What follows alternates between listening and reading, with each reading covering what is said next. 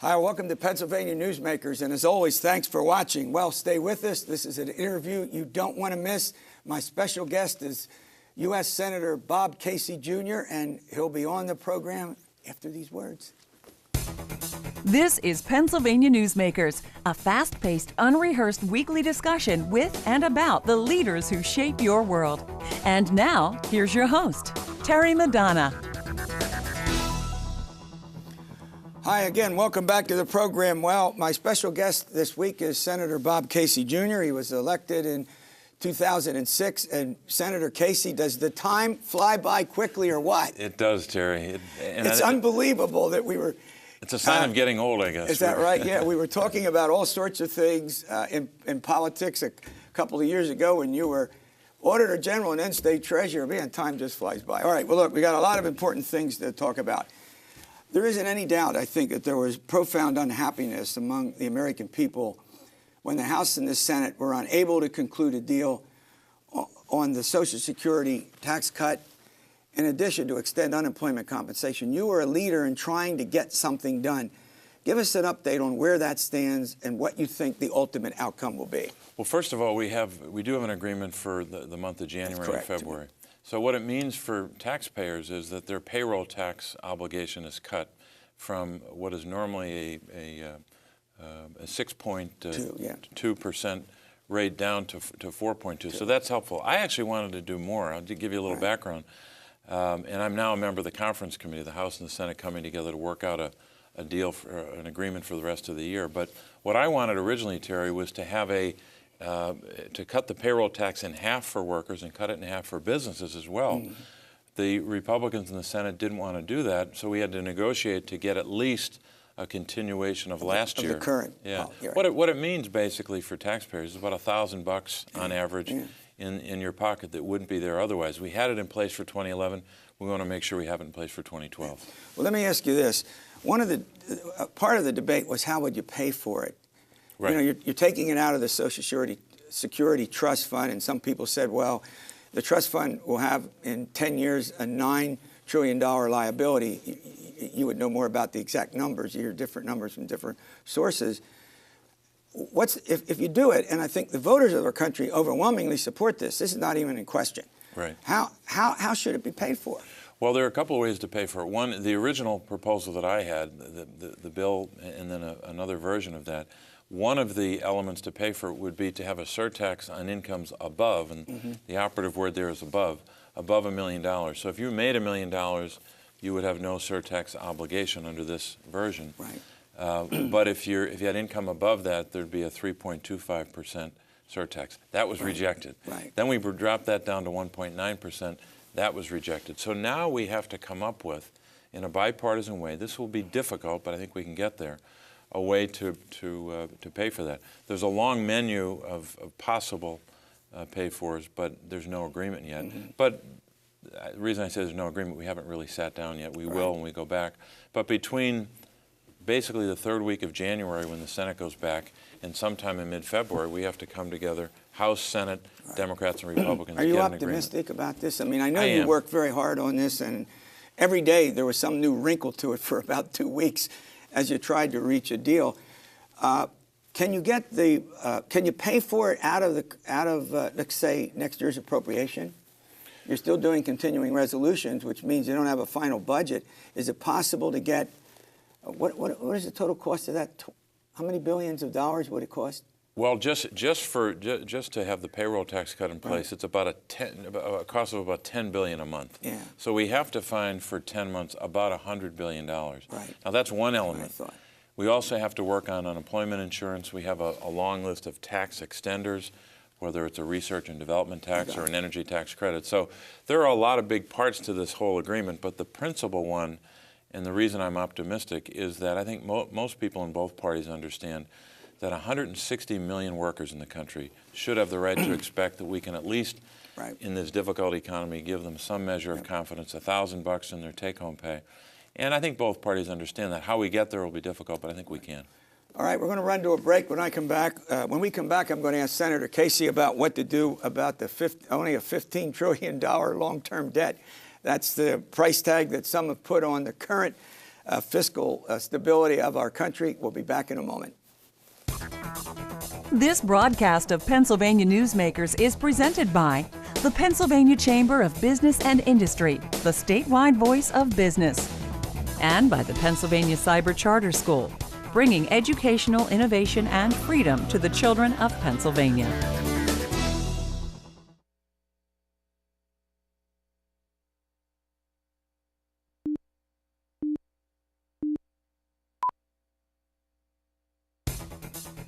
This broadcast of Pennsylvania Newsmakers is presented by ReconnectPA.org, supporting a comprehensive transportation funding solution, and by the Pennsylvania Manufacturers Association.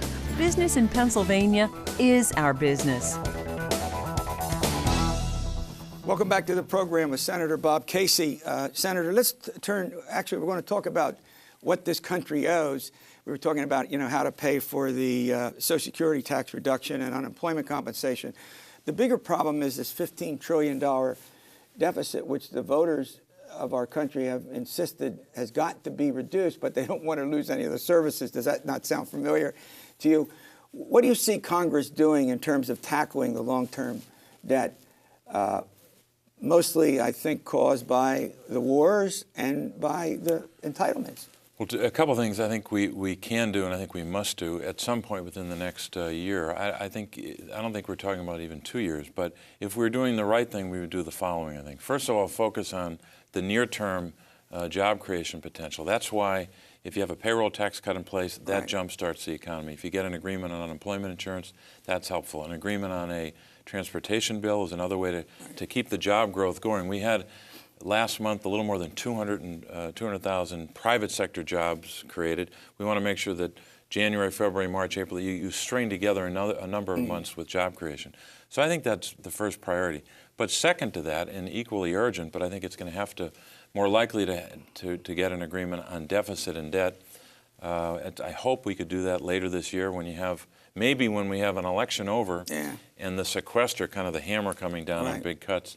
We can do that. There's still more cutting we have to do. I think one of the things that the American people expect us to do, and I hear it all the time, is they say, look, I'm living through a tough recession in my home. I may have lost a job or someone in my family. I'm cutting back. You and government need to do the same. So I think looking for opportunities to cut spending, trying to get an agreement on deficit and debt, but first and foremost, we got to kickstart the economy again and again to keep it moving. Yeah, much of the concern about the long-term debt situation has to do with the entitlements. As you know, if you take 75 million baby boomers in 2007 began to reach the magic age 65, 66, and that debt alone, or the cost of the two big entitlements, Medicare and Medicaid, is estimated at something like $60 to $70 trillion. Isn't that unsustainable, for future generations, let's say 10, 20 years from now? It is, and you've studied this. And but one of the, I think, fundamental elements of dealing with this is making sure we have a growing economy. In other words, if the pie is growing, we can invest where we need to, even as we're cutting back. But it's going to have to be, this is going to have to be a bipartisan agreement, and we need more folks in Washington that are willing to work together, lower the rhetoric, lower the poison and the demonizing, and start to work together across party lines. I try to do that every day. Not always successful. We got to keep trying, because people say to me when they see me on the road in Pennsylvania, they say two things: do something about jobs and getting our economy moving, and stop fighting. Stop fighting and work together. Because in their lives, they have to work with people they don't always agree with, politically and otherwise. They might have family members they don't agree with. Well, we're all in families like that at times. But, you went in 2007, and here we are pushing, we're in 12. Have you noticed just the difference in the tenor and the tone in your one term?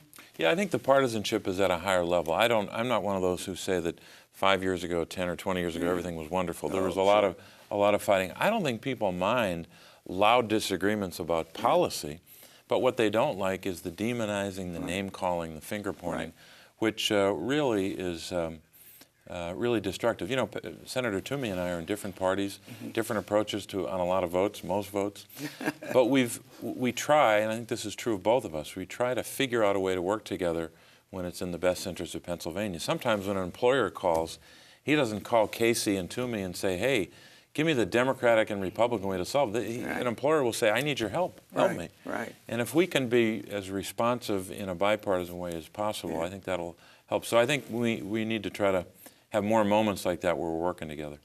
All right, we're going to run to a break, and we come back. I want to talk. I know that you've, from your Foreign Affairs Committee post, you've been heavily involved in debating the policies towards Iran, particularly now when it looks like tensions are growing. And I also want to talk to you about China trade. I know something you're concerned about for Pennsylvania workers. We'll be back with my interview with Senator Casey in a moment or two. This broadcast of Pennsylvania Newsmakers is brought to you by Pennsylvania Credit Union Association. Pennsylvania Credit Unions, where people are worth more than money. To find a credit union that is right for you, check out ibelong.org. And by the Energy Association of Pennsylvania, Pennsylvania's energy information source.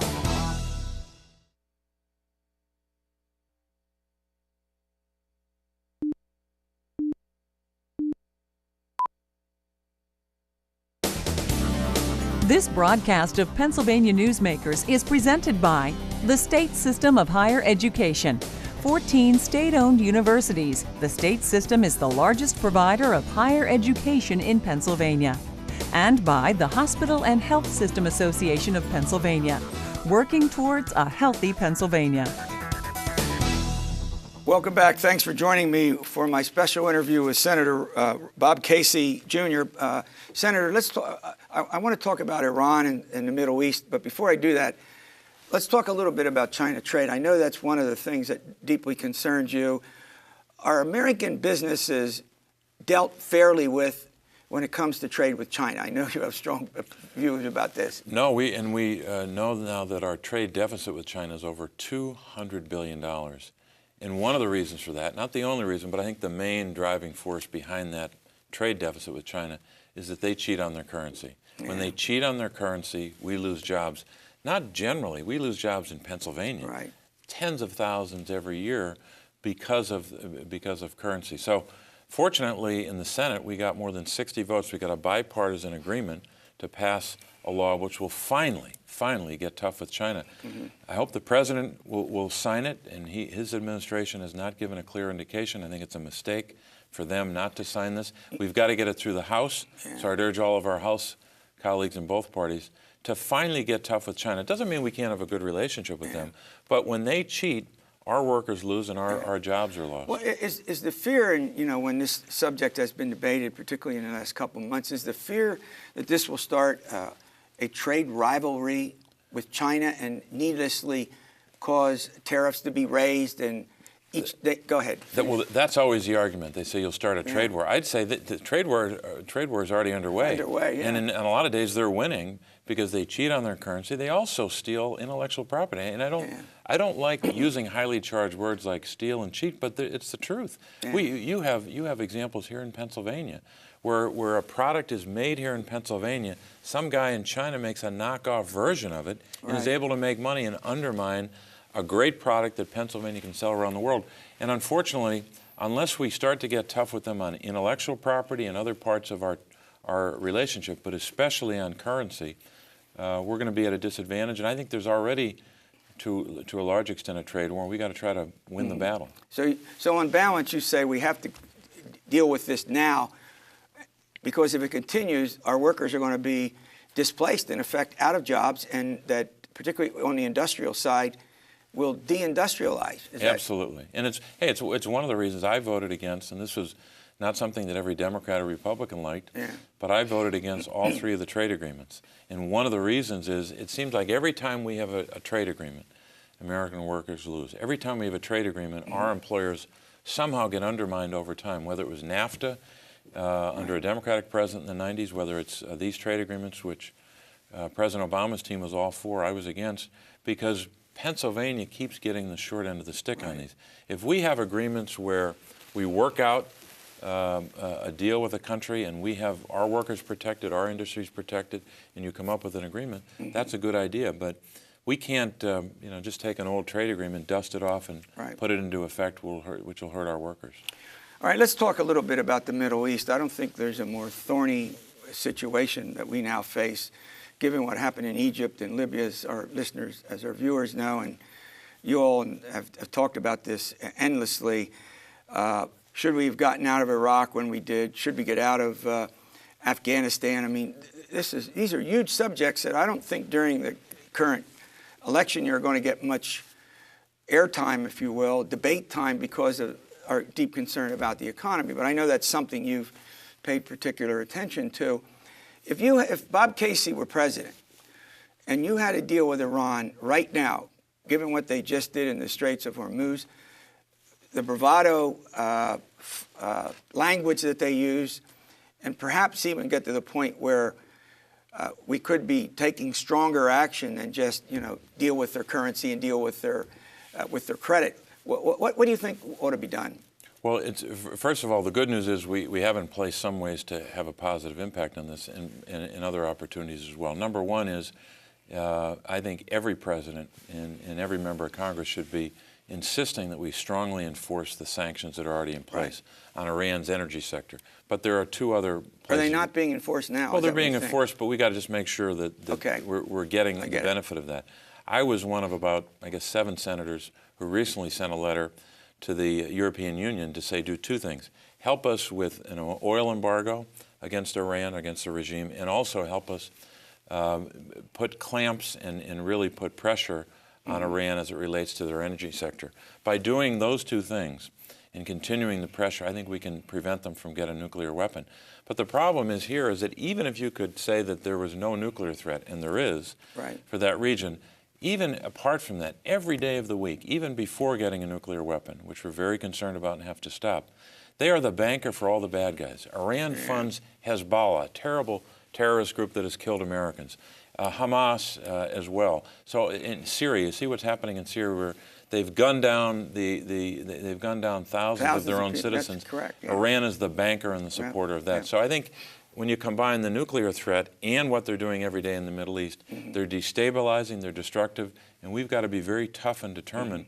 Work with other nations, including the European Union as a whole, but also do what we can here in the United States to focus on sanctions. And one of the sanctions involves their central bank, which we haven't yet accomplished. All right, when we come back, I want to continue this discussion with Iran. I want to ask Senator Casey if he thinks we should ever go to war against Iran. We'll talk about that and more after these words. This broadcast of Pennsylvania Newsmakers is presented by Highmark Blue Shield, changing the way health plans work for business with a variety of plan options for employers and more choices for employees. Information is available at highmark.com. Have a greater hand in your company's health. And by the Pennsylvania Healthcare Association, the future of long-term care.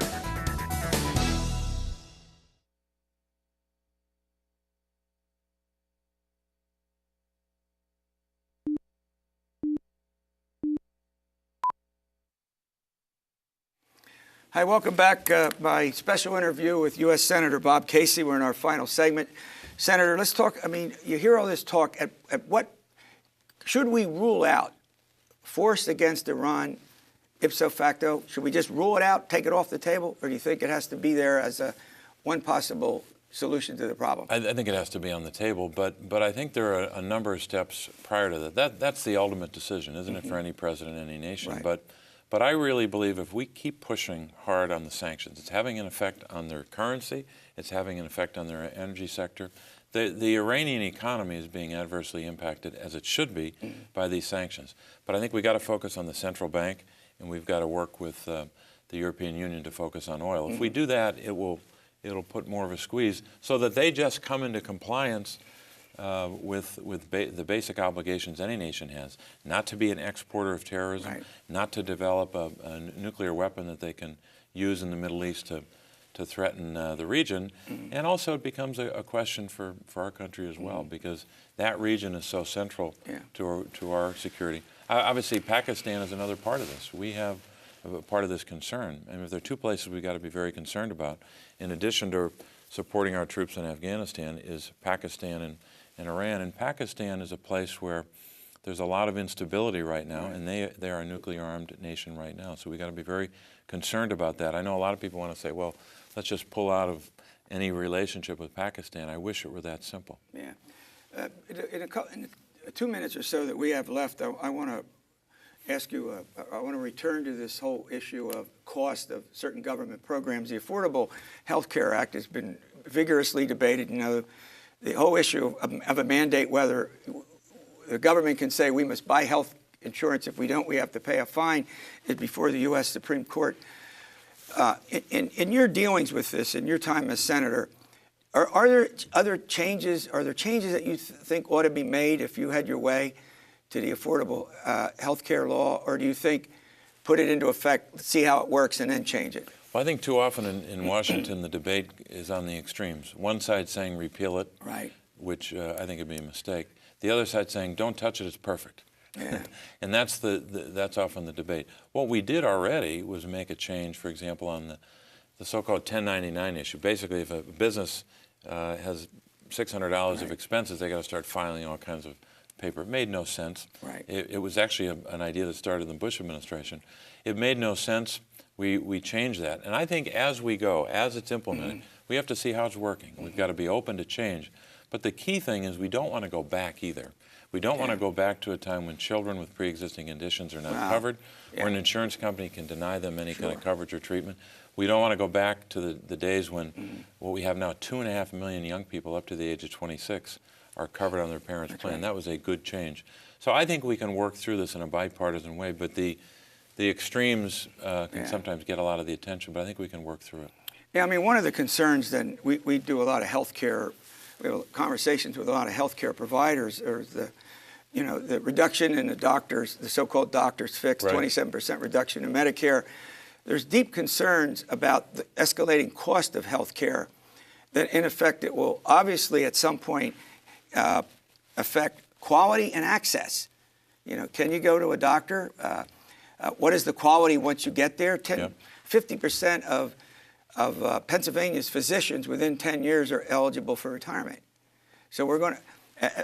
Have you all been grappling with that problem, or you think that's something the states ought to be doing? No, I think a lot of what's in the bill grapples with both the cost issue as well as the workforce issue that you cite. But until we have more implementation, it's probably hard to assess how we're doing on that. But both have to be dealt with. That's why we got to keep trying to work in a bipartisan way to find a way through this. The worst thing we could do is throw up our hands and say, there's nothing we can do about healthcare, let's just check out.